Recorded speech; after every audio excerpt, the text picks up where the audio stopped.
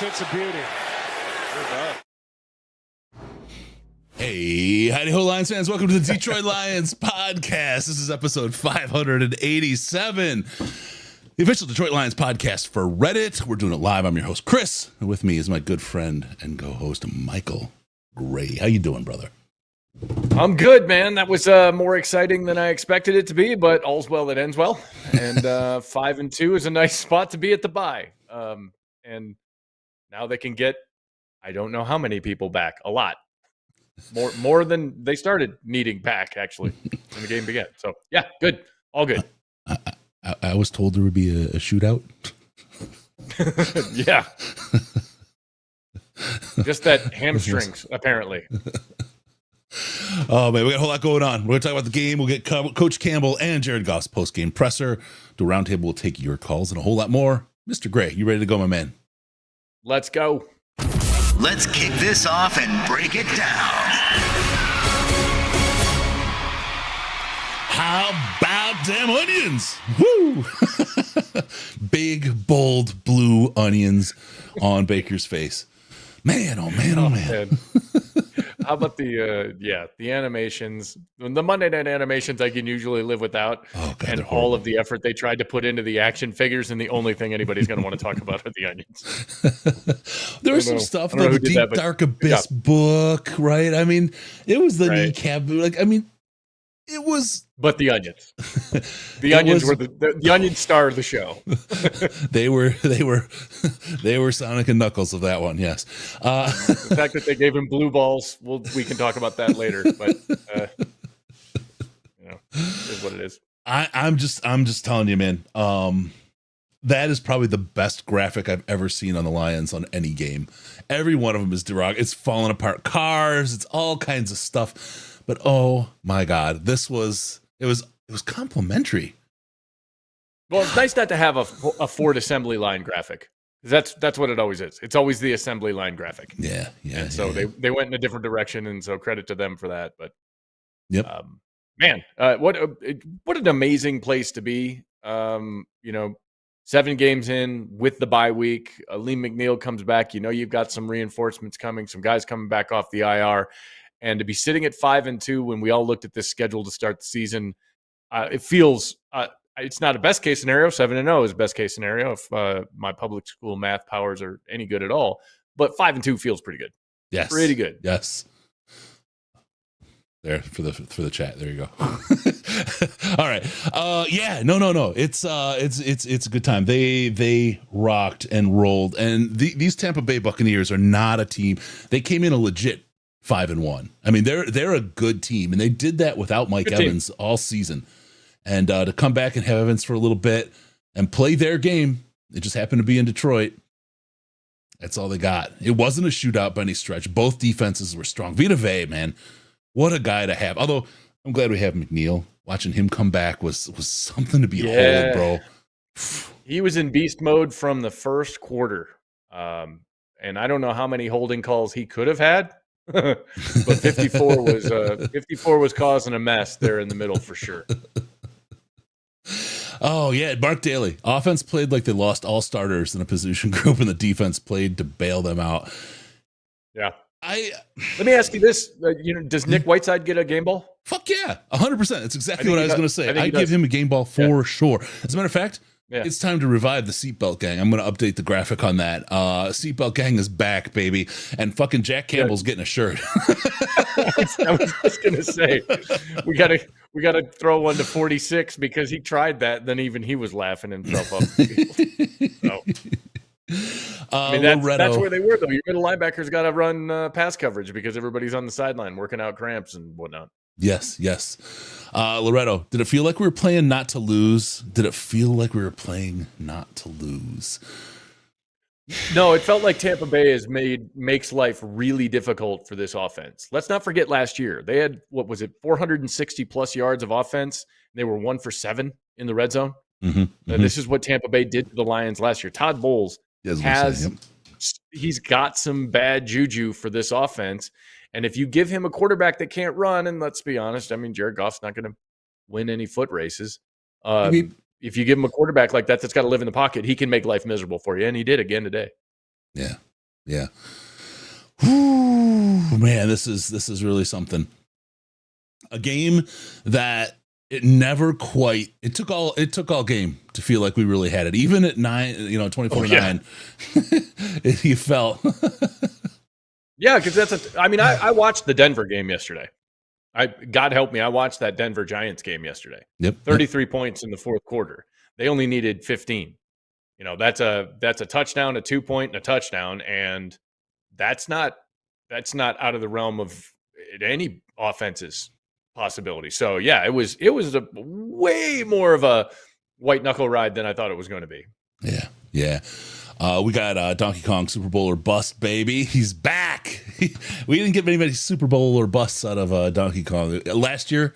Every game he came in and like within the first 2 minutes of the chat, Super Bowl bust, and he's back full time. We got it.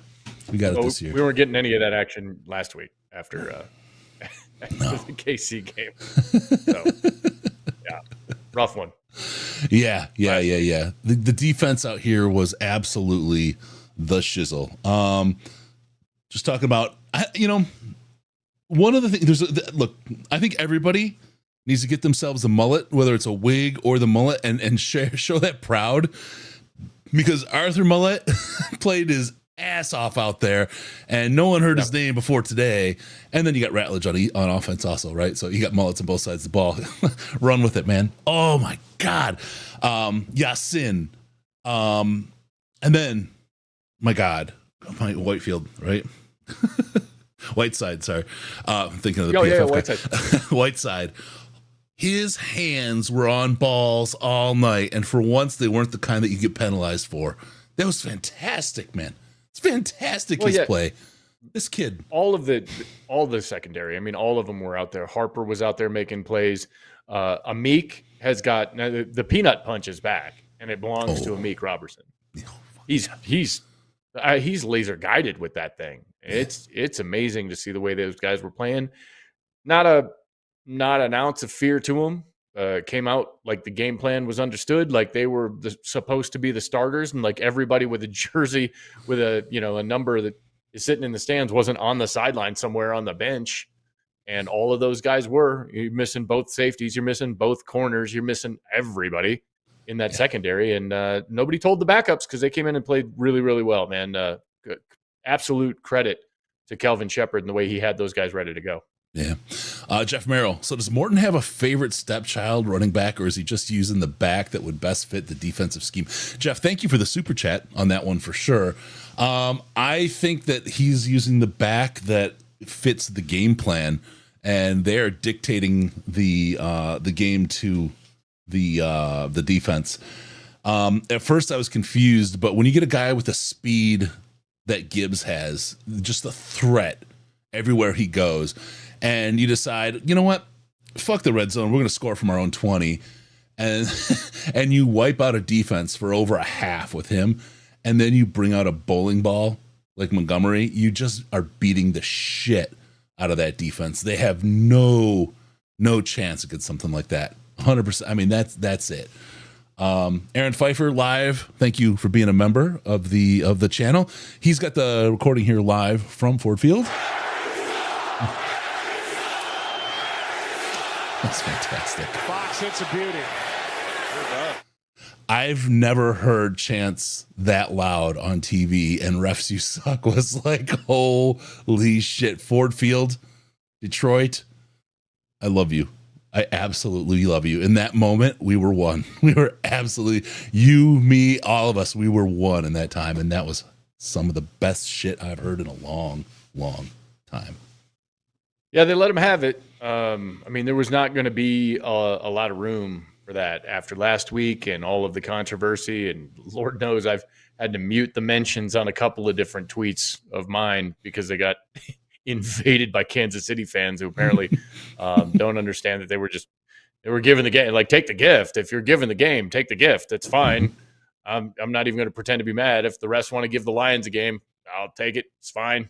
No problem with that. I'm just trying to find, there's one game so far, I think, and only one game to answer the first question from the super chat where, I guess there's two, where David Montgomery has had more carries than than Gibbs, and it was the Packers game and the Bengals game. And that last week he had his lowest carry total as a Lion. He only touched the ball 4 times. Yeah. So, it was it was tough sledding in there. The run game was, aside from obviously that one massive, bust out run where Gibbs just goes crazy and he ends up outrunning Winfield Jr. Yeah. Did he ever? Not a lot. I mean, Dave Montgomery had 13 carries today for 21 yards. I mean, that's 1.6. Not good. Not good. Gibbs was the third fastest ball carrier this season on that run. Yeah, 22 miles an hour, I think. Yep, 22 and a half, I think it was. Third fastest of the season, where he is number 1 also. And that was the second fastest run, and he's the first fastest run. Gibbs is just like a friggin' rocket ship, man. Full Metal Savage, when the young DBs started making big plays, it was like, wait a minute, do these guys fuck? Holy shit, these guys fuck. I think they do. Would you agree, Michael? Probably. Yeah, Thank you, Full Metal Savage, for the super chat. Loretto, another super chat. Thank you, sir. Michael, get out there and get these guys some Gatorade. They're cramping. Yeah. Yeah, worries all the way around. I mean, you see Yassine go down, and then you lose 27, and you're trying to get him back in the game. And I mean, they said they started the game. They only had 6 DBs. Yeah. Total. Yeah. that's the number they brought to the party. So you lose 2 and you got problems. You can't even put a nickel defense out there. So perfect time for the bye week. Get those guys back, get in on a win, continue the tradition now dating back to 2022 of Dan Campbell and his teams not losing 2 in a row. Because there was a real opportunity to go into the bye week on a very down note. Yeah. And you play Kansas City in prime time, and that whole debacle unfolds, and then you play another primetime game against a very good Tampa Bay team that isn't afraid of you and did beat you in your own barn last year. And so there was an opportunity there for some bad things to happen, and they got right in a big way. And I never would have ever picked the defense to lead the way on that, but they sure did, because the offense, despite putting up 24 and having opportunities, they missed a field goal. They didn't take the points. I'm losing my mind at this point with Dan Campbell in the first quarter. Like, you're down there, it's 4th and 3, you're inside the 20. Just take 3. The points. Just take the points, please. And he won't do it. And I'm not going to tell the guy how to coach. But he's got to do what he's got to do. But it could have been, didn't need to be as close as it was, but it was. Yeah, it was. They got They got the doinkiest doink that ever doinked in that 58-yard field goal that went in. Like, whew. Oh, man. We got a couple more super chats. Sam Gamby. Can the refs change the call unrelated to the challenge? Evidently. Moving on. Legion of whom? That's right. Legion of whom. Oh, man. That's a fact. Thank you all for the super chats. Appreciate all of you. What a game. Like this was supposed to be a shootout. These defenses were going to get excoriated, just burnt. And neither side, it didn't happen anywhere. No. The Tampa defense looks good. I mean, we scored 24 points. I think that's our lowest point total in the year, isn't it? Well, no. I mean, you've got the loss in Green Bay, and then never heard of that one. This is the lowest points total of the year. That's the lowest point total, I believe, in a win. There were some games where they scored less. They didn't go well. That's a big one. That's a big one. Rock Yasin thought he might have pooped his pants. Evidently, it was a cramp. But the walk was the same either way. Yeah. A lot of calls against worst offensive play calling I've seen since 21. Mr. Gray, talk about that. Talk about the play calling. What did you see? There's something going on, and I shared this in the Slack. We were talking about it. The Lions were, I think, number 1 in their screen game a year ago, and they're down around 27 now. Going into this game, I don't know where they line up after this weekend's worth of games, but they were top 3, top 4 the last couple of years, and it's just a mess. There's a tell somewhere in there. There's a tell on their short yardage stuff. They're not getting any space for these running backs, not getting any space for J-Mo, not getting any space for Amon-Ra St. Brown. So there's something in that I think in the bye week they need to get in the lab and take a look at, figure out what it is that they're telling the defense that's making it so easy to defend, because it is decidedly different when compared to a year ago in that short game. They weren't able to run very well. I kind of thought that Vita Vea versus Graham Glasgow might be the stuff of nightmares. Vita, he's really, really good at what he does. Yeah. And was going to be a problem in the middle, and he was. That run game was struggling. But then you still crease him a couple of times because Detroit has the kind of offensive talent where you don't need necessarily to be successful 30 times. If you're successful 3, they can be backbreakers, and they were. So, all right, we got our eyes open, waiting for the Coach Campbell's presser. We got that coming up. Let's just talk about the officiating, because it's weird, man. I'll just say it right up into the refs you suck champ. It was really wild. Like, it was just shoddy. It just seemed like really, really bad. Tons of missed calls that were pretty egregious, and then ticky-tacky calls that weren't. Like, if you're a player, how the fuck do you know how to play in a game like that? You don't know what is going to get called and what isn't. You don't even know where the boundaries are. It's just all over the place. But when that crowd came in with that refs you suck call on the second primetime game with the Lions, and obviously Garbo officiating, it felt like a switch got flipped. Like New York said, you know what? They're on to us. we got the whole gambling thing that we're working on. We got to keep that straight.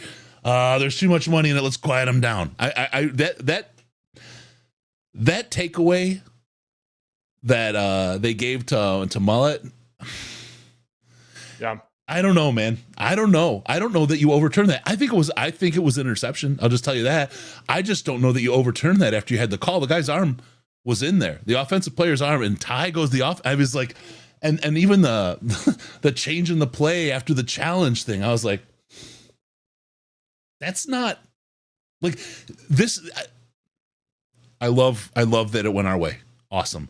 But that's not what I want. I want cleanly officiated games. That's like what I'm really after. You know what I mean? This just seemed, I love that the crowd made a change and got what we wanted out of it. But boy, it's a disaster for the NFL officials right now. It's a disaster over there. Well, there was no way after last week we were going to end up talking about officiating, no matter what it was. If it all went the Lions' way and they officiated something that in the eyes of Lions fans was perfect, it would be some sort of gift, some sort of make good on last week. And if there were more bad calls, it would be more evidence of an anti-Detroit bias or some sort of thing. I'm going to say the same thing this week that I said last week. If New York really is actively involved, if they're really pulling the levers and pushing buttons on these games, then you and I can stop doing this. This is silly. Yes. We're wasting our time because then we're talking about a TV show. We're not talking about a game anymore. Yep. And you and I wouldn't sit and break down a TV show because that's scripted. So if that's really where we're at, that people believe that, I don't know. There are certainly a couple of calls that went the Lions' way tonight. I'm like, well, that doesn't happen against the Chiefs. Mm-hmm. There's no way you're getting that call if you're playing KC. Mm-hmm. But that's a KC thing. Just like the call that Tesla didn't get. He's a rookie. Mm-hmm. You're not getting that call. It was 5 minutes later. You saw Mike Evans have a little sit down, chat, and pour some coffee and have a little one-on-one with the side judge. Like, hey, next time I'm going to need you to throw a flag on that route that I just ran because he did such and such. And Mike Evans earned that. You don't earn flags going into the Hall except with what's going on the field. I'm sorry. He's getting a gold jacket. I don't care. He'll get his gold jacket. You don't earn. Well, you don't have to care. It's just the way the game is. I know, and it's fucking horseshit. Man. The flags are the flags, no matter if you're a fucking gold jacket or a undrafted free agent playing the only game you're going to play this season. The rules are the rules. That's it. And when you start, the game's never been run like that in my life. No, it hasn't, and that's what's wrong with it. And it's getting worse. It's getting worse because you're giving whole teams fucking edges now instead of just players who may. If you say players have earned it, fine. players can earn it when they've shown that they a certain move or something, technique that they use baits the other team to do something, or it looks like they do something, but when you look at it a review, they didn't, right? It's just kind of something they do. But you don't just get a call because you've been around a while. That shouldn't be how it works, because that's how the Kansas City game happens. Mahomes and the Chiefs, well, you've been around a while. You've been kind of popular kid at the dance. We'll throw a couple your way. Why play the games? Why play the games, man? Well, I don't know. Like I said, we can stop if you like. We don't have to do this. I can go to bed. Like, right. I'm not going to have a conversation about the refs every week. It's silly. No, we won't. But they're definitely part of the conversation right now. The Kansas City thing. You're fighting the officials in Arrowhead. You know that because every single team that plays. It's not a Detroit. That's not a Detroit phenomenon. That's everybody that plays Kansas City in Kansas City phenomenon. Yeah. And it was different against Jacksonville in a different venue, but in Arrowhead against that crowd. I mean, that crowd you just mentioned, the crowd getting on top of these refs, and all of a sudden they're human beings, and they hear 65,000. Let them know, like, you might not get to your car. And but it was New York that called and said, "Oh, and by the way, come back here, ref. We missed something on that. It was a challenge, but it wasn't related to the challenge, and we're going to go ahead and change your spot and all." It's what? Like that? I mean, I love it, because it went our way. But what? That's crazy. All right, couple things really quick. We got Coach. The crazy thing is that it went our way. Yeah, well, that too. Because you were ready for the opposite. Yeah. Okay, Frosty. The last 2 minutes of the first half should be all it takes to force Morton down to the sidelines and off play calling. That is a topic for discussion. That is a topic for discussion. I don't understand this. Let's. Does having him on the sideline make Morton a better play caller? Not if he's. Morton says no. No. Off play calling was the second part of that sentence. Well, good luck with that. That's a Dan Campbell call. Yeah. That's no. Yeah. Like. All right. I don't think this is all John Morton. No. All right. Let's get to Mr. Campbell. You may have heard of him. He's pressing a conference right now. Good to get a win, get back in the win column. Guys responded, which knew they would, and defense played lights out. I give a lot of credit to Calvin Shepard, the plan to go in against these guys, knowing what we were getting ready to face. And, those DBs, man, Millette and Howlett and Harper and Whiteside, Meek and Rock. Strickland had to come in and play a little bit. Flowers, I just thought those guys, Jim O'Neill, Deshae Townsend had those guys ready to go, and I think they competed, they challenged, and man, our front came alive. The backers played really big for us. Those three in the middle, and so it was just an outstanding defensive performance. Offensively, there's things that certainly we know can be done better, and we'll need to do better. But at the end of the day, when we needed points, we found points, and we'll clean up the rest. But it's a good team win. I was hoping we were going to get Leaf going in special teams. This guy, he hangs him up there a little bit. We just couldn't buy enough time to get him. Had to settle for some fair catches, but. Anyway, listen, it's good to get back in the win column. That's a good team. All right, they're going to be in it. It looks like they are every year, and so that's a good win. Yeah, you talk about the next man up. But is this a great example of that today with all those guys in the second on the white side making plays, 3D passes defended, you got interceptions from Millette and Meek. Just is that a great example when you look at it, you show film to the team of next man up and they get performance like that? Yeah, it is. Medium high. That's what's expected here, and I've said it before. Listen, you get in there, you don't have to be perfect. You challenge and you compete, and we will help you, and the guys around you will help you, and we'll play with 3 units. But I love the fact the game did not feel too big for some of those guys. It's Harper's first start, really Howlett's first start, and I thought it wasn't too big for them. They got in there and competed, and that's great. That's a great sign.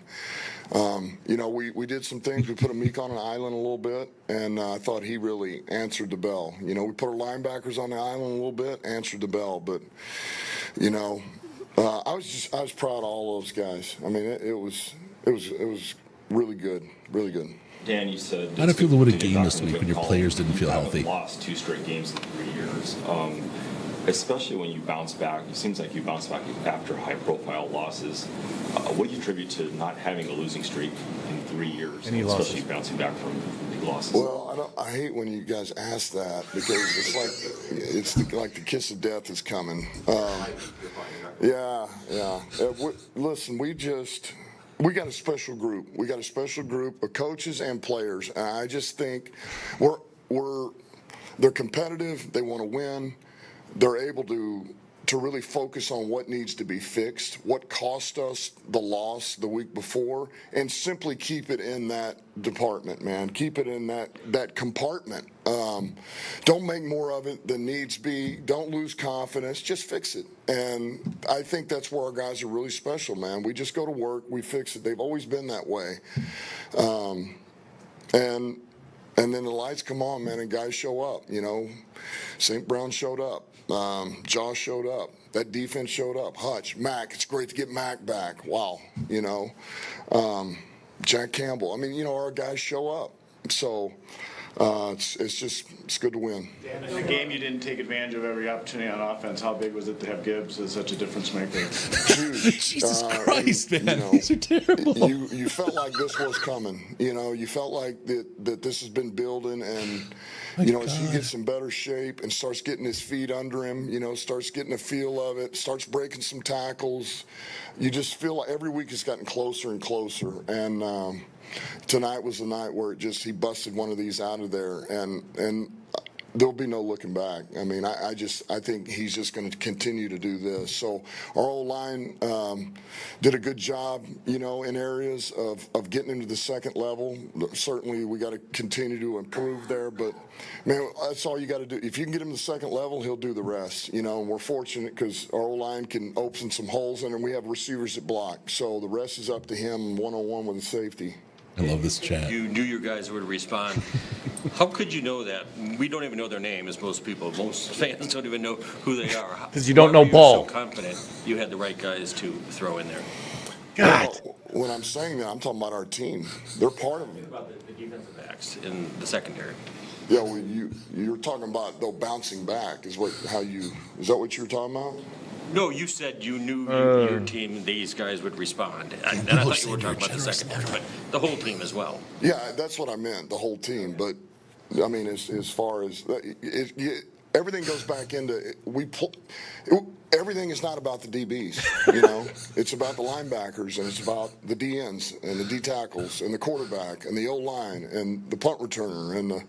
So that's what I meant. I knew our guys would bounce back and be ready and have urgency. You tend to have more of a feel of how games go, whether it's going to be a shootout or anything like that. How big would you say the perfect scoop of ice cream is? Can you expect the defense to hold a really good offense for 9 points? No. I felt like we would play. I knew we were going to challenge more. We were going to do more than what we did last week. I did feel good about that. But that's a good quarterback over there. They've been playing good football. I knew Evans was coming back. And so I had confidence. Now, I didn't think 9 points. I mean, 9 points now, I don't know where that ranks for all the games in this week. That's probably number one. I mean, or close to it. I don't know. So it's just a great job. But I knew we'd hold our own. But it's a testament to what they did, just really great job. It's not just the DBs, and it's I'll come to you, Brad. If it's everybody, just Calvin Shepard, the questions again, going back, you guys have answered so many through now the first 7 games, but the job that he did, and not necessarily just shielding those guys in the back end, but to create the scheme that he did, can you speak to the pride that you have in lining up with that guy on the sidelines? Yeah, listen, I just think Shep has just gotten better and better and better. I think he just... he's gotten more and more comfortable as he's gone. Questions I feel are the like best, man. he really is. I can't keep up with him. He's got a real good feel of our personnel, what the opponent's trying to do, understands how to put a plan together. The staff he's got with him is a really good staff. Those are good coaches too, man. And all those guys work really well together. But he's the leader over there, and he understands how to communicate. He understands how to really give him the picture of what we're looking at. And so I'm very proud of him, but I'm not shocked either. Like this is what I expected out of Kelvin Shepherd, man. This doesn't surprise me. So it's a really good job. Was winning better than losing today? The past couple seasons, you put an emphasis kind of on like getting off to a start of the season. How do you balance that not going into a bye week, like unplugging a little bit, but also keeping that momentum? How have you learned, like as a coach, to carry that momentum coming off the bye? How you guys start?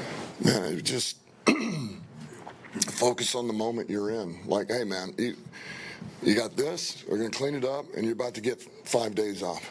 You know. So give us all you got, cut it loose, which our guys do every game. But I just think it's like, hey man, you know, you're not saving anything. Not that they do, but it's that little extra, like what's on the horizon, and it's a little bit of R&R. You know, clear the mind, let the body heal a little bit, and get right for now. The last push, man. The big push will be here. You know, we get the division opponents. We got 10 till we hit the playoffs, and it's on. So it's good. Feels good to get to 5-2. You know, I'm pleased with the team. Are there things to clean up? Yeah, there is. Good news is we're going to get a lot of players back.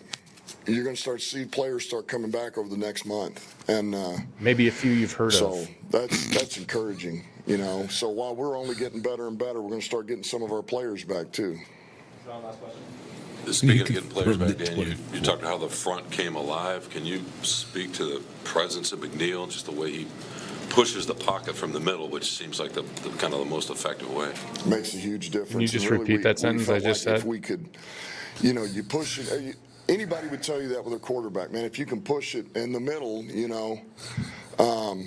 most quarterbacks, that's very, it's disruptive, right? But Baker's not 6'6", and so if you can push it a little bit, he'll just maneuver some and then find a crease, or he runs and then keeps his eyes downfield. And so we just thought that was big. And having Mac, you could feel his presence early. He's not even in great football shape yet. He was ready to play in this game for the snaps that he did, but you could just feel what he looked like in practice is what he looked like here in this game. Just his ability to get an edge, push the pocket, man. I just thought he was a force in there. And guys, great to have him back, man. He makes guys around him better, and I just thought those guys played off each other, and it's only going to help Hutch. That gives him a little bit more of a wingman too with Muhammad and those guys. So it's just good to have him back. Do you have an update on Rocky Scene? He's good. It was just cramps. Thanks, guys. Locker room's open. Obviously, we'll have Jared and Meek in here. All right. The questions, man. The chat trying to mock the press has better questions than the press. They do. They should take our post-game chat and just put that through AI, give it a voice, let it talk to Dan. That when it starts, and I get it, he's the team guy, so he gets the first question. But is that a great example of next man up when all of the backups are on the field? Yes. Next question. But when the guy comes up about Aleem, can you talk about how important it is to have him pushing the pocket in? Very. Next question. What do we? The one guy said it out loud. He's like, we don't even know the names of those players. You don't know ball. That's your job, is to know the players. For God's sakes. They put a transaction list out. They print the roster. You dolt.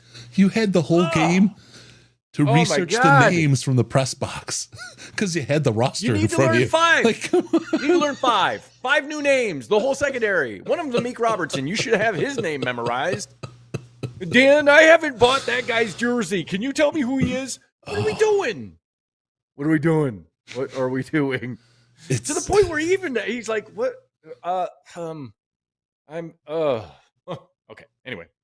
They got to win. We don't need to talk about the refs, and we don't need to talk about the journos anymore. God, they're so bad. I didn't get a chance. I didn't get a chance to talk about the journos. Well, that's fair. All right, sorry. I was kind of hogging up the oxygen. What a bunch of dildozers. That's all I got to say. Wow. That was horrible. The dumbest fucking questions, man. I mean, hey, look. And then the best part is, well, the two things they do. They say, Well, fans think, or fans, they try to distance themselves. Fans are like this. You got into this, all you bloggers, you got into this because you're a fan, number one. So don't like fans this, but I'm a reporter. And then you ask this dumb freaking shit that like is anything that a fan could kind of just fart and know themselves. Right. Where's the question about the second flag and how the fucking extra call happened? And how do you compare that to last week? Do you see an inconsistency? Like, there's real shit to talk about, like football. What are your focuses for the bye week going to be on offense? What about the drops in the percentage of execution on screen plays? Leave him some room, something tactical, something real. You know, do you still think you'll prefer to run a base 3 linebacker defense when your secondary is back to full strength? That's just off the top of my head. I don't have any of those prepared, for God's sakes. Is that a good example of next man up? Was it great? Not if we lost, it wouldn't have been. Oh. Fuck, man. Really bad, man. It's really bad. All right. We get another chance here really quick to make fun of the press because Jared Goff is on the podium. Let's get him up right now. To the defensive effort today. I mean, they had so many guys that were hurt and guys just stepping in and just the effort to hold that team to First question's about the secondary. Yeah. From your perspective, the quarterback. It was awesome. It really was. I gave them 3 at the end of the half, so they really only had the 1 touchdown drive. And seeing those guys step up, it's so fun. Like guys that, again, maybe their first opportunity or another opportunity once their career's gone a little bit longer, and to see how hard they play and to see how much they want it and how much they're savoring it and getting after it, it's awesome. It brings everyone along, and I thought our defense played well, but those DBs were flying around and really showed up. Jared, you guys have lost consecutive games in 3 years. You've also done a good job of bouncing back from high-profile losses. What do you attribute that to? Being a pretty good team and having good resiliency, good adversity, fighting strengths. We've got a really strong group, and I don't think one win ever gets us down, and we know we have to respond, and did today. Dan said he could feel a big game like this coming from Jameer. Yeah. If you felt the same way, where does that sense come from? Yeah, I think we've just been really close on a few things, and you saw some of them pop today, and I say that, and there's still like a few where you're like, man, we were like that close to even another one popping and being there, and yeah, Jameer played well though. He played really well, and getting that guy in space is a dangerous thing for defenses. They want to play man coverage, go ahead and put a linebacker on him, and good luck. Next gen stats, I think it's coming out. He's got the 2 fastest runs in the league. It was 22 miles an hour. I'm third. I think it was, yeah, close, just right there. Let me double check it. We'll get back to you. I mean, does it seem like even how fast he runs, like he's unlocking different levels of athleticism? Those long ones are fun to watch, and I feel like I got the best seat in the house just to like see him hit the hole and then just like take off. And I don't know how many safeties in the league could catch him. So as soon as he gets there, it's over. You know, he's gone. And it felt like last year the Titans run. The 70-yard run, it was very similar, where it's just like him on the safety and it's over. But yeah, it's pretty cool. He's dang fast, and it's fun to watch. What is this heading into the bye, 5-2? What does this do for you guys? Setting up the last stretch run, as Dan said, 10 games. This is it. Yeah, nice little break. 5-2 is a good spot to be. Come off that, I think we got Minnesota first, so good division game. And am I wrong? I think I'm right. Yeah. So yeah, we'll come back rested and ready to go for that one. I think there's a handful of things in this game that we got to clean up and work on and find a way to improve on. And certainly offensively, I don't think tonight was up to our standards. And now that's not going to take away from the enjoyment of the win, but at the same time, there's a lot of things to fix right now that we need to be on top of, and we will be. We'll be fine. The excitement heading into the bye, just obviously 5-2, but you're scheduled to get a bunch of guys back. Yeah. And so just. How important is that moving forward too? That not only you playing good football, but you're about to get some key pieces back. Yeah, it's huge. It's nice. whoever ends up coming back will obviously welcome them. But I thought tonight was a good testament to it doesn't matter who's out there to some extent. We've got a lot of good players in a lot of good spots, and a lot of guys stepped up today, and on all phases, and it was great. But yes, it would be nice to get some of those guys back that are our studs and watch them fly around again.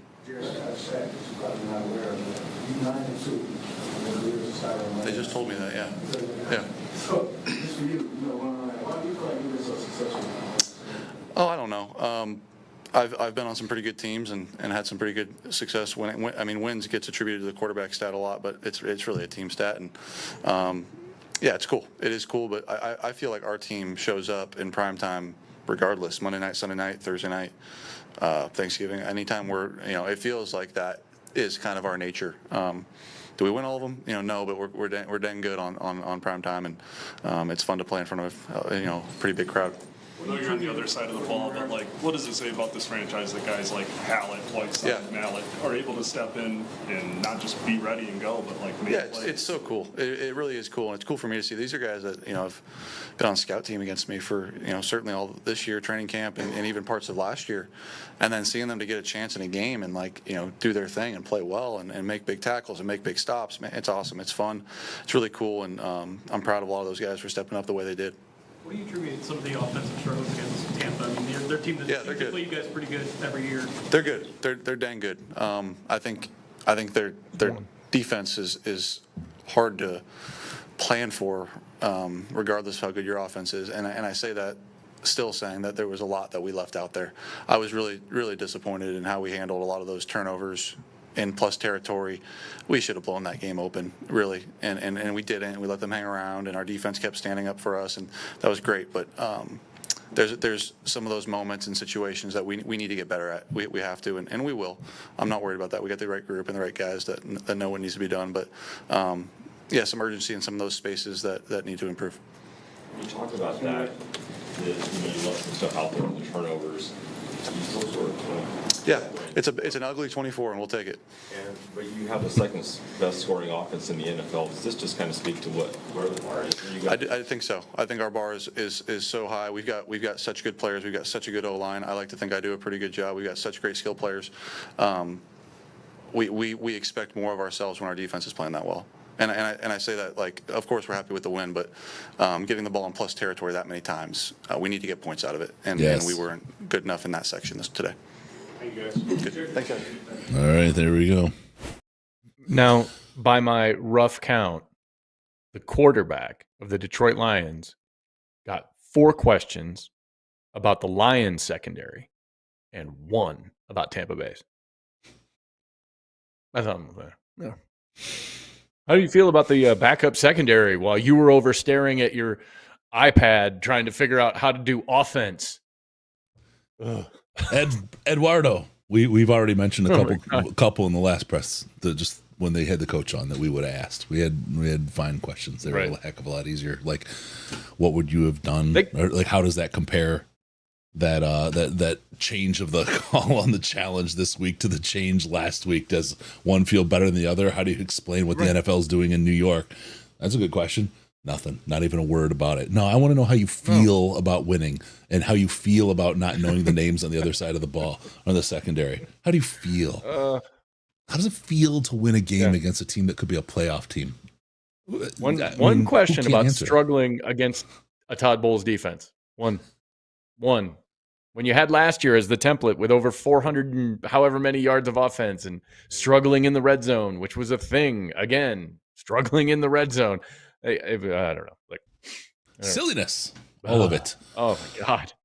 It is fun to watch the chat. I will say this. That is therapeutic for me, is to just watch the ticker go just one after another. Like, all right, cool. Let's leave. I'm not all alone. I'm not dying on this hill by myself. Everybody's hearing the same nonsense.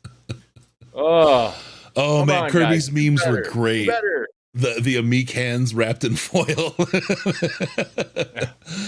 Jim Swanson asked, "Did you enjoy the memes Kirby shared?" Kirby was fire. Kirby was fire in this game. Loved it. All right. So we've got, I think we've got all the pressers out of the way. Let's go ahead and do some phone calls. I guess we're not opening anymore. I got to say, Amazon.DetroitLionsPodcast.com, Amazon.DetroitLionsPodcast.com. Go ahead and head over there. Anytime you're going to go to Amazon, if you do it that way, you go right to the site. There's no funny stuff. It just puts a cookie in your browser and lets them know that we sent you there. And they take a little bit of money out of Bezos' pockets and give it to us. They sprinkle fairy dust our way. You don't have to answer any dumb questions. When they do that, we all get to go home and say, hey, we had a nice podcast for our folks. But great way to help the podcast by doing something you were going to do anyway. Amazon.DetroitLionsPodcast.com. I can say it. I know our website. It's only been 11 years. Join us live right now. Give us a call, 313-314-2421.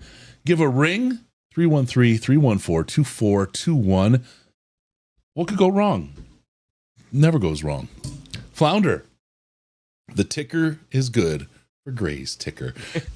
I'm telling you. I feel bad too because I know we've got some overlap with the folks in the Slack, and they've been hearing me just gripe about this for 2 or 3 seasons now. Yeah. It just drives me nuts to not get a single question about football. Everything is this superfluous surface level, like fanboy nonsense. Is that a great example of next man up? Huh? Who's a good boy? Is it me? Am I a good boy? Can I get access? Please give me access. Please let me talk to somebody.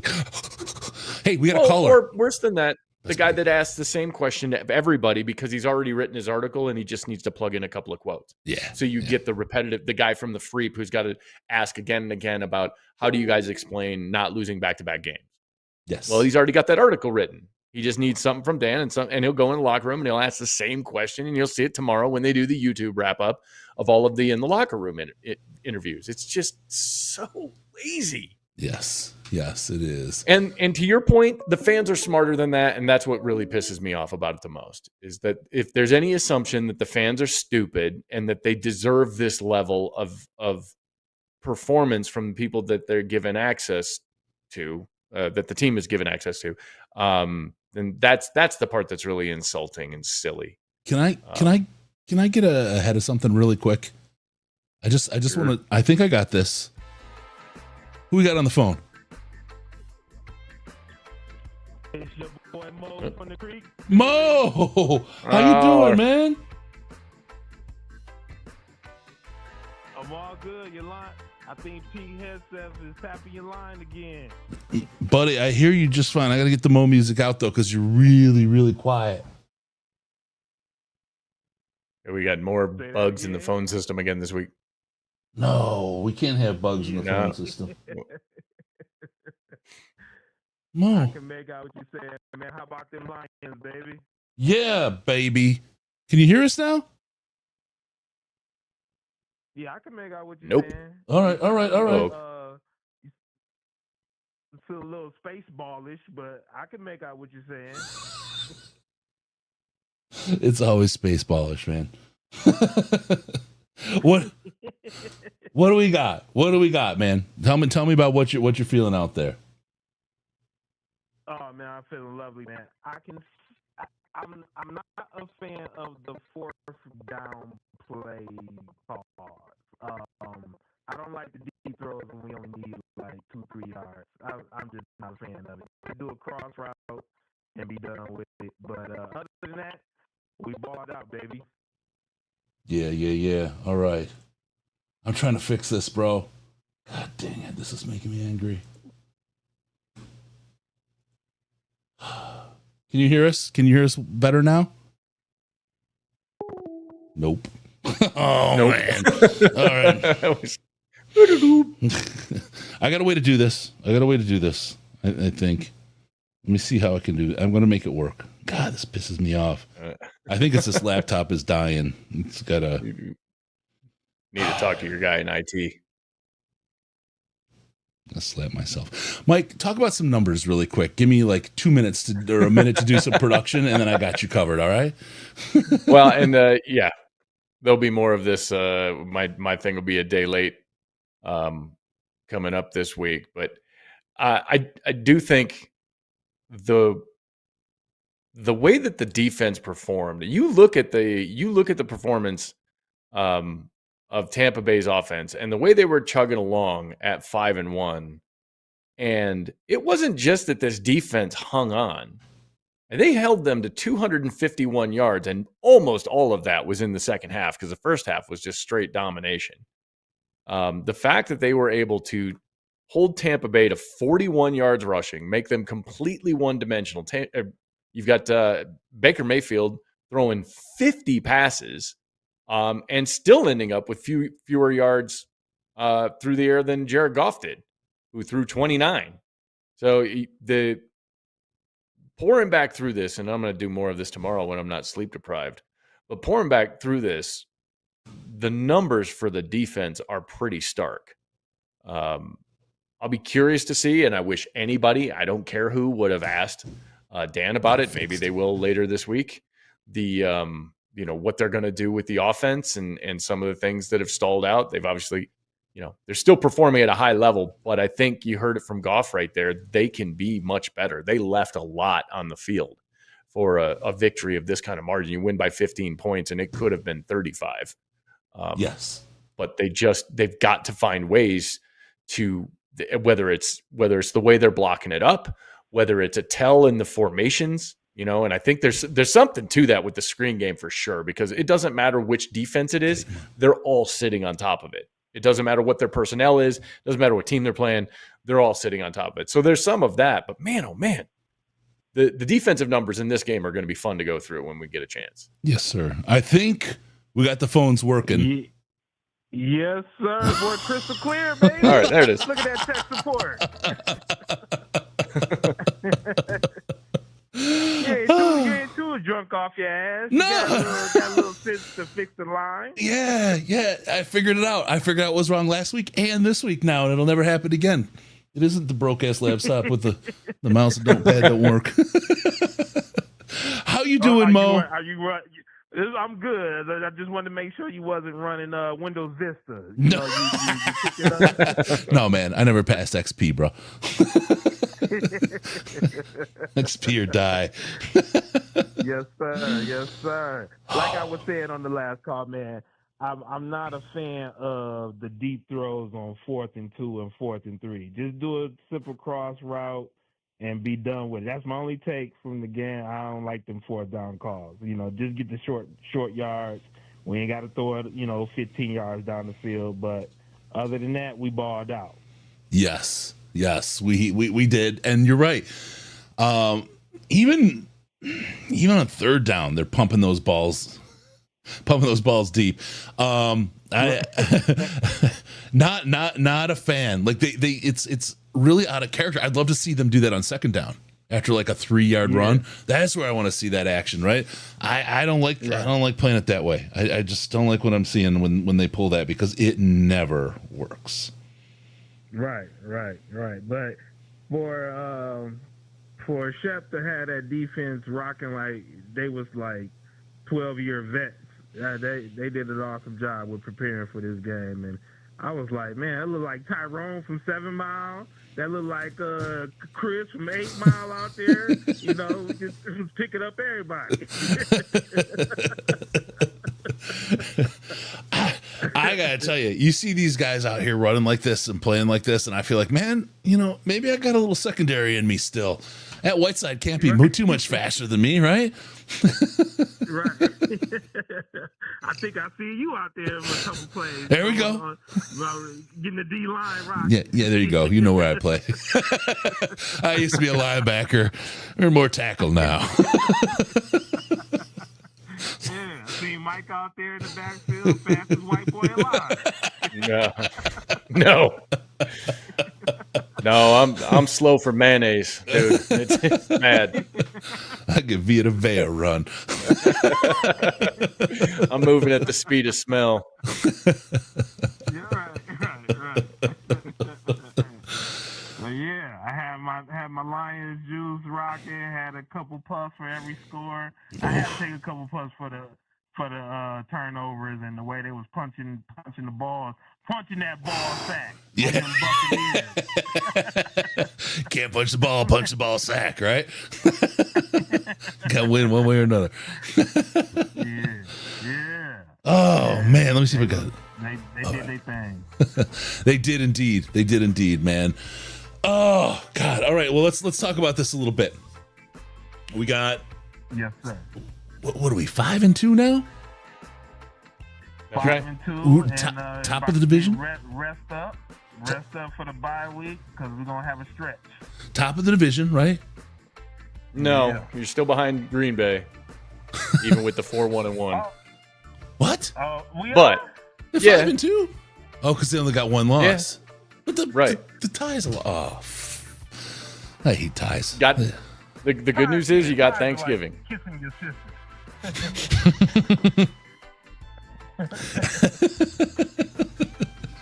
There's a sister joke in there somewhere, Mo, but I'm not going to make it.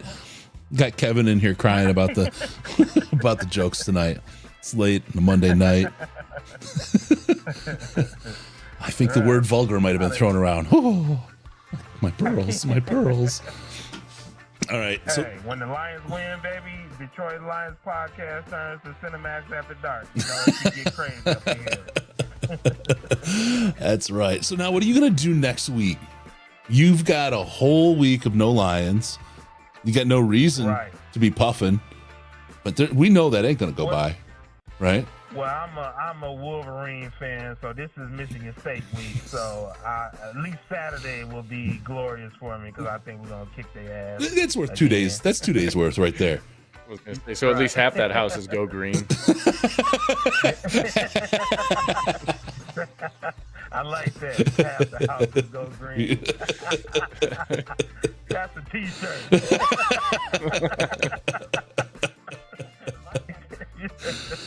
Oh man! I give you 5% proceeds on the idea. But, yeah, the rest of that goes to the dispensary of my choice. Damn, you know how to make a deal, man.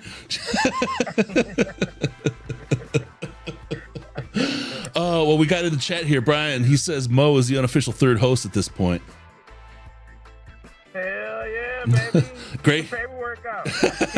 Gray gets sick. You ready for next man up? Yeah, get him a camera. It's just one big cloud of smoke and two eyes like puffing out of there. Right. Cloudy enough to fill up your Ford. With your Ford sponsorships and everything. Oh, Mo. Oh, that's the best. Yeah. What do you think of that? Get the lion juice popping? Yeah. You do some recipe shares? What do you think? What do you think of the name Legion of Whom? How do you like that? Legion of Whom? Yeah. Okay, yeah, I'm rocking with that. That work? Like, yeah, because it seems like every game I'm going to my app and saying, okay, who is this kid from Grand Valley State?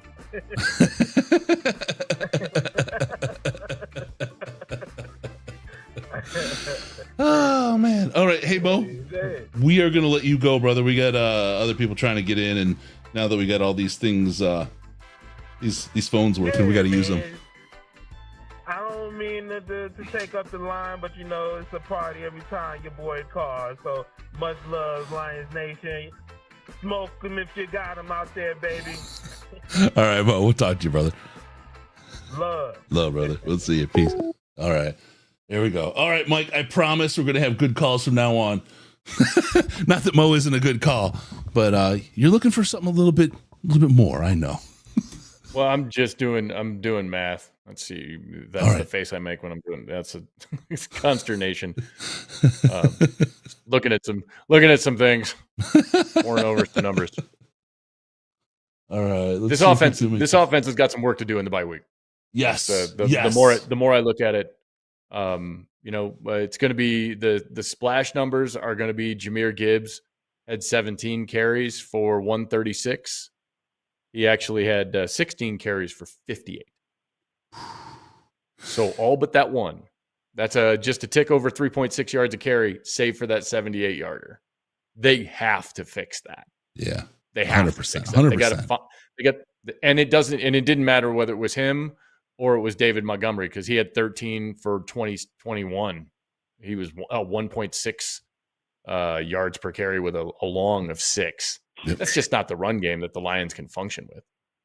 They've got to get that remedied. Caller, what do you think of the offense? Do you have the solution? Actually, I'm calling from South Florida. Woo! I hate the Buccaneers. All right, we got you. I called last year when we beat the Packers in that Mud Bowl. Mm-hmm. And I've been a South Florida resident my entire life. I watched Barry Sanders growing up. And I was telling a couple of friends of mine that even though our secondary was so depleted, that if our front seven could do some pressure, which they did, then I can't imagine what's going to happen if we get our secondary fully healthy. What do you guys think about that? Well, that's got to be the mission, right? Is to get as many bodies back into that secondary as you can. And now certainly after today, you're convinced you've got some depth back there. But the fact that this year we're not talking about any, and I'll knock wood in advance of this, season enders. These are guys that are going to be back into the lineup. We just saw Liam tonight for the first time. They can't possibly add it back enough. I mean, I know I saw there was footage of Ahmed Hassanin doing Bulgarian split squats as he gets himself back into shape. And like, he's another guy that may come up at some point. I saw Rodrigo sitting on the sideline today during the Tampa Bay game as they went to the sideline coverage, and there he is. That's a guy that you're going to get back. So yeah, they can't possibly add enough people back into that defense, but man, oh man, you got to feel a lot better about it. Having seen the way these guys came out with 5-6 days notice and balled out. And the back end that we had tonight, and they were breaking up plays, they were doing their thing. Imagine when we get all of our starters back. Our offense isn't clicking right now, but if we get all of our starters back in the secondary, it might be a little scary. If our defense can stop other teams from scoring points. Well, let me just put it out here this way. The Bucs, and this is comatose, the Bucs haven't been held to 10 or fewer points since week 3 of last year. There's something to be said about what our defense did. Yes, and I agree. And that's what I loved about it. Yeah, for sure. It was so awesome to watch. So, well, thank you guys. It's my second time calling in. Appreciate you, I'm man. a South Florida person, and I know Chris is Chris the Hailstorm fan, or was it the other one? It was Riz. Riz is the Hailstorm guy. Who's not a Hailstorm fan? Lizzie Hale is a national treasure. What are you talking about? In January, so I'm just thinking. Hey, brother. Night, appreciate it. Watch out for falling iguanas, okay? All right, yeah. All right, we got you. Only South Florida people know that. All right. Yeah, I'm looking at the points that Tampa Bay has scored this year, and 23, 20, 29, 25 in a loss, 38, 30, and then they got held to 9 tonight by a bunch of guys that apparently our local press corps couldn't pull out of a police lineup. Yeah. Hey, caller, what's your name? How you feeling after the Lions win tonight? Hi, this is Big West from the chat. I just wanted to comment on a few things in the game today. Yeah, hit it, man. Sure. Well, first of all, our practice squad secondary was outstanding tonight. I just couldn't believe that these guys, half of them weren't like even in the NFL a couple of weeks ago, come out there and like they did their job, man. I mean, this is an outstanding ability of our coaches to get these guys ready for the game, and like I was really impressed. And now we've got some depth back there, and we're going to get a lot of starters back in the next couple of weeks, and I was really impressed by that. Yeah, I don't know how you couldn't be, and especially when you add in what should be reinforcements up front. This was Aleem's first game, and he's going to get nothing but better after he gets the week off. You get another week of rest. For guys like Davenport, he's going to come back. To say nothing of literally all the names in the secondary, all of them, because they were all missing. both corners, both safeties, the entire starting secondary was out. So yeah, that part's nothing but good news, and arriving right on time to go along with this bye week.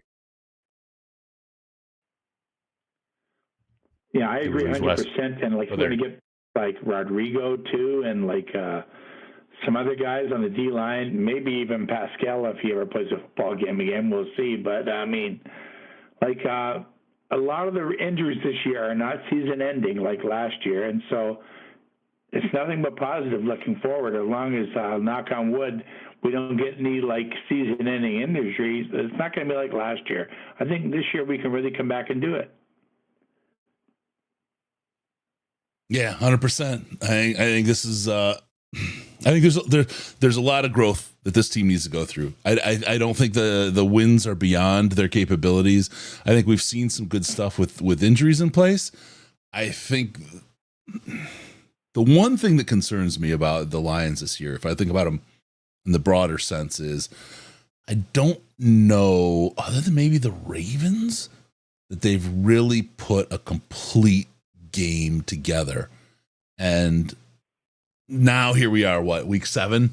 It's a little bit concerning, right? Now we have guys coming back. We have a lot of things that still have to come together. Aleem's out there, man. Those first couple plays, I mean, he was impactful the whole game, but those first couple plays, he was a freaking beast, man. Aleem was just a wrecking ball. There's some guys coming back that may be the difference, but I'm. It's hard to see right now this team making significant damage in the playoffs. It's a lot of playing at the opponent's level, as we're seeing, and I'd really like to see them just tear out a throat or two along the way and show that they are that dominant team. That's I think what my soul is missing to get a little stronger belief in the fact that this team can do it. Gray, am I crazy? Am I wrong? No, I don't think you're wrong, but I've been wondering about this, and I don't know how intentional this can be. I don't, and this would be another one of those questions that somebody could ask a coach if they had a press pass. About sorry, the difference in the approach to developing this team this year as opposed to last year. Because you remember last year they were shot out of a cannon. Yep. And we've talked about the injuries because Aiden was blowing up all of the records, and the offense was off the charts, and they were just, it was just a rocket show every time they took the field. You want your team playing its best ball in December. You don't care in September, October so much. It doesn't count for anything. And it feels like this team is on a different trajectory. They're still winning the games you have to win because you can't, obviously you can't lose a bunch of games in the early part of the season. You still got to have a winning record. But they're pointed in a direction where their coordinators are going to have it figured out later in the year, where all of the injured players are going to come back and we're going to be given time to gel on the field and to do the things that they need to do to come together whether it's a defensive line room, the linebacker room, the secondary, the running game, the offensive line, which is still incredibly young. There's so much youth up front. Yeah. We forget about that week to week, that those guys, like a guy like Tate Ratledge is learning an entire encyclopedia worth of information every game that he starts. Yep. This is his 7th game as a pro, and he's 5-2. Well, how different does that look in week 15? It's going to look a lot different. And, I have to believe they're aware of that because they just burned a path through the regular season last year and then had nothing when the playoffs came around. Yeah. This year, you do it a little bit different. You get the ugly stuff out of the way now so that it doesn't find you in, the divisional round when it's lose and go home. Yeah. Caller, just give me 1 second, and we'll get to here. I just want to talk. There's one chat that's really relevant to this. We're learning to win on the fly this season, and that can be valuable. And I think that's actually a really, really strong point. We just dominated last year, and we just dominated our way through the season. And yes, there was some things that we had to overcome. We were able to overcome them. When things got real murky in the playoffs, I mean, the team did not do well at all against that Washington game. Well, there's nothing left. There's a lot of soul, though, that's being built, a lot of resilience that's being built in these guys right now, and there's a lot of belief, right? There was a confidence before, But this is where Dan Campbell and Dan Campbell teams seem to really, really thrive, is as that underdog and that believing we can overcome. When we are already there, what we saw last year it didn't work so much. But when we're the underdog, that's the one recurring theme in a Dan Campbell team is we'll overcome. We'll find a way and we'll overcome. So this is an interesting thought for how the year goes. Thank you, Brian Smith. Caller, how you feeling after the big win tonight? Oh, I'm feeling great. Hey, Chris, how you doing? Good. Who is this? Nick's husband. We went downtown Detroit for dinner a couple of years ago. How's it going? Yeah. How you doing, brother? I'm so excited about tonight's win. Michael Gray, I love your work, dude. Man, you're so cool. So just so you know, this God, I can't remember your name off the top of my head. I remember his wife is Nick. Joey, thank you. They bid on the St. Jude auction we had to do dinner with us downtown, and they won it. And they bid big. They bid really big.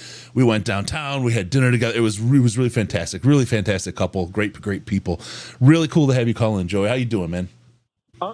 Yeah, man. I'm down in Raleigh, North Carolina, and just been a Lions fan for 3 decades. Love tonight's win. I wanted to ask you guys, in the fourth quarter, I looked at the box score at the time, and Jahmyr Gibbs had 136 rushing yards, and David Montgomery had 14. And they kept marching David Montgomery out there, and I was just I was freaked out because I forget which week it was. It was early in the season. The Lions either didn't play at 1 or whatever, but I watched the Cleveland Browns sit there with Green Bay in town, and Cleveland's defense did such a good job that they ended up winning the game. And then watching the New York Giants yesterday and letting Denver sit around, and I was nervous the entire game. And I was just all like, why are I felt like Tampa Bay's defense was honed in on whatever running plays Montgomery was doing. And I was just kind of like, why aren't we running Gibbs? I don't know, like Michael or Chris, it was crazy. Well, I'll go back to what I said earlier. Outside of that one run for 70 plus, Gibbs was 16 runs for 58 yards. The run game was not great tonight. Yeah. Now it's all going to be covered up by that one big gash that's going to be on SportsCenter, and it's going to, that one big run is going to make a lot of things look good. But Gibbs was averaging just over 3 yards a carry without that factored in. Okay. They struggled. Yeah. They struggled. They were going to struggle against Tampa Bay. They're really, really good up front. Yeah. Yeah, and I looked at before the game that Tampa Bay, I think I read, was 7th in rushing defense, and Kansas City, Kansas City last week freaked me out because I was watching and they were honing in on all our runs, and I'm just like, oh no, like John Morton, like, could you come up with something more progressive? Like, yeah, it's tough, and look, the passing game worked when it worked, but the highest yardage we got out of all the guys that caught balls was Amon-Ra, 86 yards, and those were on the first half. Khalif, which, by the way, how awesome was it to see Khalif out there again? Yeah, man, it's so quick. I did not expect to see him out there that fast. Gibbs was number 2 with 82 yards on 3 receptions. The receiving game, I mean, Goff, the receivers, like none of it was great. This is a game that if you just look at the numbers, it's hard to figure out how we got to 24 points. It really is. Right. And I didn't want to bench Montgomery at the time, but when you're in the fourth quarter and I'm freaking out, I'm just all like, well, Tampa Bay's still around. You know, I was just all like, what are you doing, John Morton? Yeah, I think Montgomery, and this I could be completely in left field here, but I think there's a part of this where Gibbs is he's the workhorse right now. I think we're going to see a switch flip to Monty, and Monty's going to be the workhorse for a while and let Gibbs relax and rest. Where what's it called Monty's resting right now, and then I think as we get to the end of the season run, I think you're going to see a heck of a lot more Gibbs. I just feel like it's kind of because you have two number ones, you have the luxury of playing them and resting them and playing them and resting them, and kind of just getting Monty in the way we are, where he's just getting enough the carries to stay warm, feeling good, and the way he's playing like a team player like this in this situation. There's more at play here, I think, than just Gibbs getting the ball all the time. Great. Tell me I'm wrong. I mean, go ahead, Joey. Yeah, but I will say that the Baltimore game, I loved it how we came out with Montgomery just tiring those guys out on defense, and then at the end of the game, Gibbs was just slashing through them, and I was like, that's a great game plan. I know that all teams are different. Yeah. Mike, I want to hit one more time. I think I'm going to take it one step further back. I don't think it's about which back is running when or where or at what volume. I think you got to acknowledge you're dealing with a different offensive line. You're missing Frank Ragnow. The bottom line is Graham Glasgow. He's in there. He's working his ass off. Take nothing from him. But Frank Ragnow was on like a Hall of Fame type track that got derailed by all of those injuries and the way it shortened his career. Yeah. You have essentially two rookie guards in the middle of that line, and there's a lot of work to do there. Neither one of these backs, outside of a couple of big splash plays, has had that kind of consistency week to week. And I see a lot of people in the chat that are talking about John Morton, and they're talking about the play calls. There's no play call in the world that works if you don't block it up. And they've got some work to do there. That'll be that, for my money, that would have been one of the questions to ask. I don't know, Dan Campbell, maybe somebody will at some point, like, hey, as you go into the bye week, what are your top priorities and things you think you need to address for the second half of the season? Because the offensive line play has got to lead the way for no matter who's in the backfield. You'll never see a press pass with questions like that. You just really need to leave it to the professionals, Mike. I have probably talked my way completely out of one, quite frankly, just with this show. You need to leave it to the professionals. They obviously have a view on this that you don't, which doesn't include the roster for the day. Hey, Joey, I'm going to let you go. Give my best to Nick, and you too, man. You guys got big hearts. Love you guys. All right. Hey, you guys have a wonderful evening. All right. Talk to you. Thanks, man. All right, there we go. Man, that was great. They did. They went on a heater outbidding. I mean, and it was almost embarrassing, like because it's me and Riz and Sam and dinner at like Prime and Proper downtown, right? And they just bid the shit out of it, and nobody was going to get it. They went like somebody would bid like $1 more, they'd bid like $50 more, like boom, like and I'm like. Damn, it's just nice. Right? But it was for a good cause. They did really, really good stuff. I was going to say, it's all about St. Jude's. It's not about having to put up with you three through dinner. Kind of. You got to be able to keep it down. I mean, that's one of the things, right? Oh, man. So now I got people telling me it's above my pay grade. Shows what you know. Everything's above my pay grade. Come work for the podcast. Everything's above your pay grade. Oh, man. All right. Let's see. We'll do one more call if you guys get it in. It's 313-314-2421. We'll take one more if someone can squeeze one in. Mike, why don't you give us the breakdown of what you saw and what you're thinking, and give us a teaser, I guess, for what we have coming up on the gray area this week. Just a huge day for the defense. I'm going to have to go through these with some caffeine and a few hours sleep. But the numbers on the defense are nuts. I know that Tampa Bay offense was depleted. We've talked a ton about the injuries on Detroit's side in the defense, but I mean, Mike Evans went down. Emeka Ibuka, or Egg Big Bo if you're Gronk. Egg Big Boy. Still can't believe they let that guy on television. But if he's dealing with an injury and out there probably on a pitch count, you didn't have Bucky out there. They were missing a lot of folks too.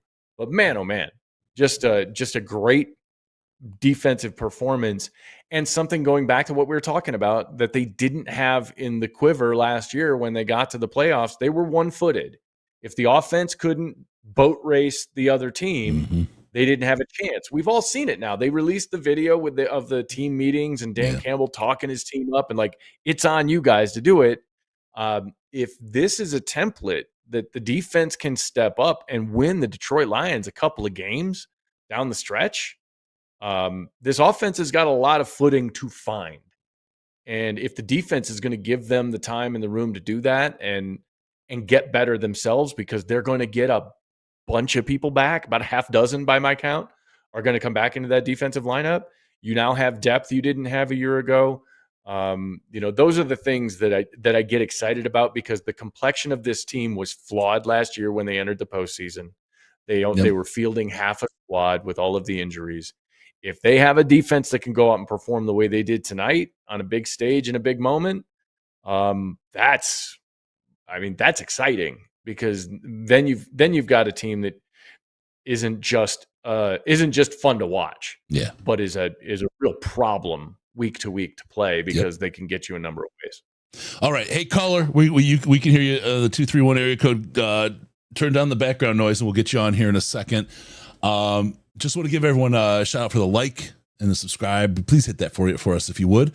Let folks know that you like the show and that you want to come hang out with us, because it helps them come hang out with us as well. It helps the show do all the stuff that it does. And we'll keep you busy during the bye week and the week coming up. Don't worry. Right now we got a caller. Hey caller, what's your name? How you feeling after the big win? Hey, it's Jake from Muskegon. Chris and Gray, what's up? Hi.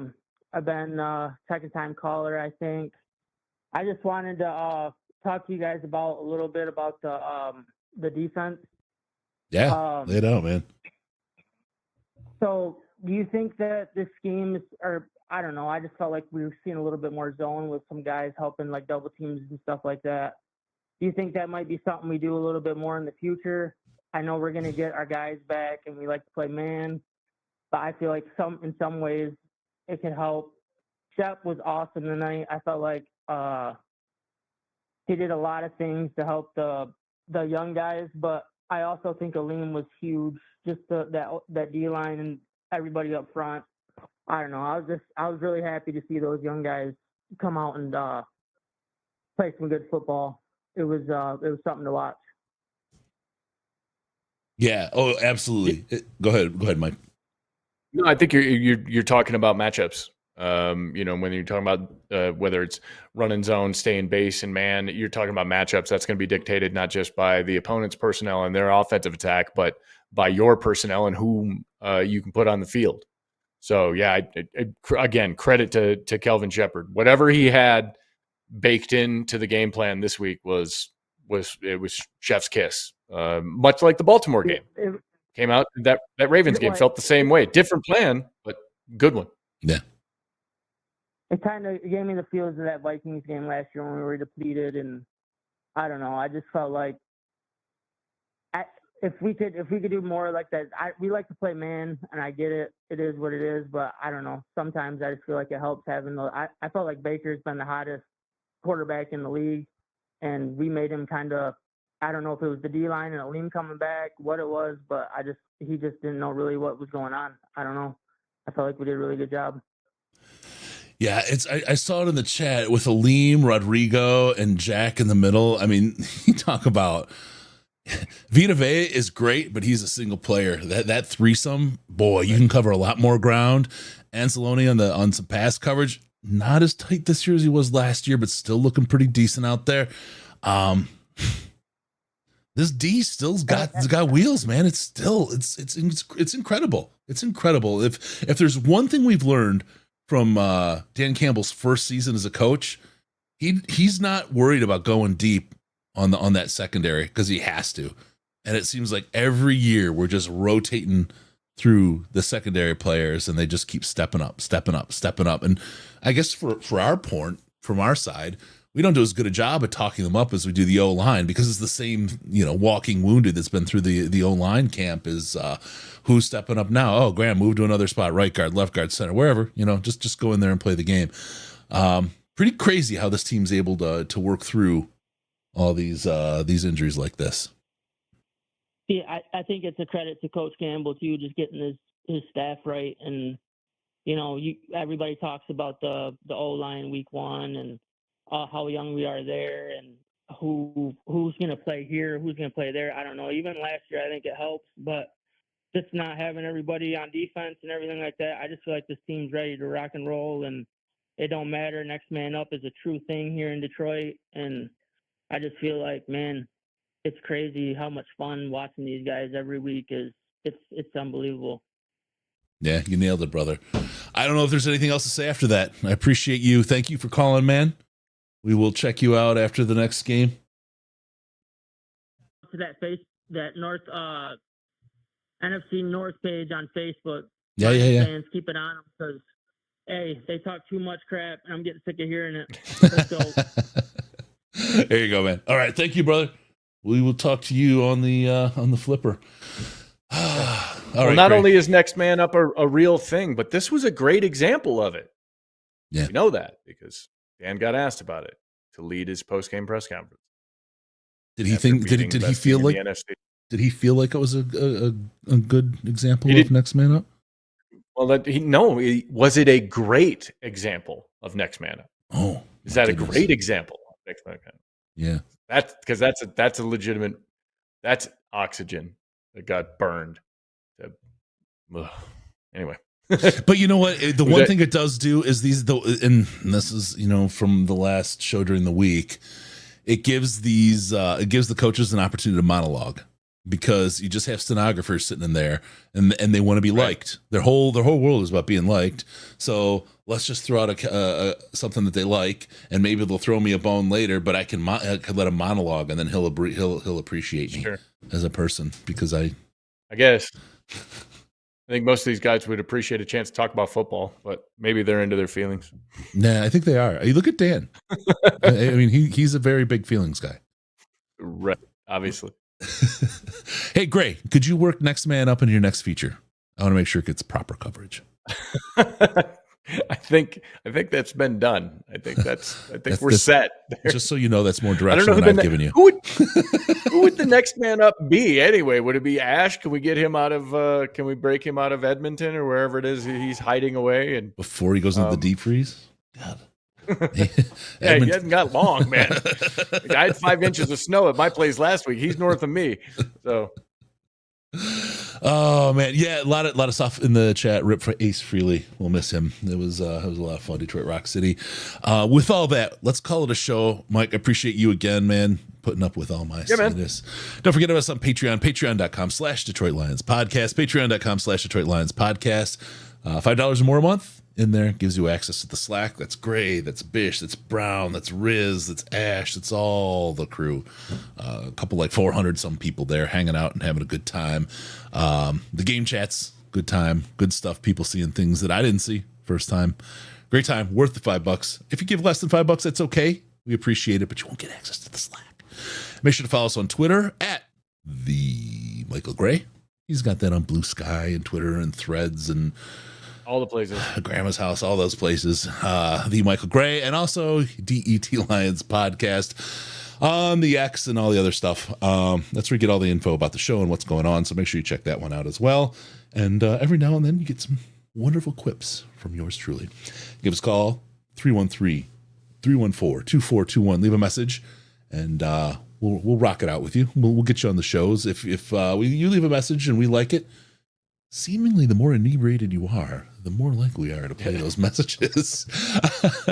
We'll put on the regular show during the week, and we'll answer those calls during the post-game show. Sure to go to DetroitLionsPodcast.com, subscribe to the podcast. Tell them what happens when they do that, Mr. Gray, sir. Oh, I don't even know how any of this works. They get to be a part of all of this, man. Get in here. It's how the machine goes. It's how It's how Chris pays all of his IT people to keep the phone system working. On the spot, man. Whatever. Thank you for tuning in. We're going to see you next time on the Detroit Lions podcast. Remember, no pants, no toasters, no hot tubs, no more losses, and no problems. Because we're your Detroit Lions at Reddit Connection. Thank you, Mike. Thank you all for tuning in. We appreciate you.